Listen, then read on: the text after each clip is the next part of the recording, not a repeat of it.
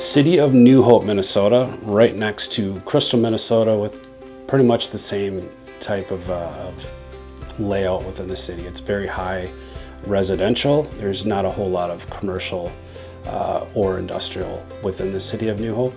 Again, it's got a pretty mixed housing stock between single-family homes, apartments, or multifamily homes. But it's only a few minutes from our headquarters here in Osseo. Homicide cleaning, it's obviously a service I wish we didn't have to offer, but the reality is we live in a society where violence is very much present. So homicide cleaning, we understand that there's the sensitivity issues. Our goal as a company is to respond quickly. We respond as discreetly as possible. We do have some regulations we need to follow, like we do have a low visibility marking on our vehicles because of DOT regulations. But we do try and respond as fast as possible and be as discreet as possible.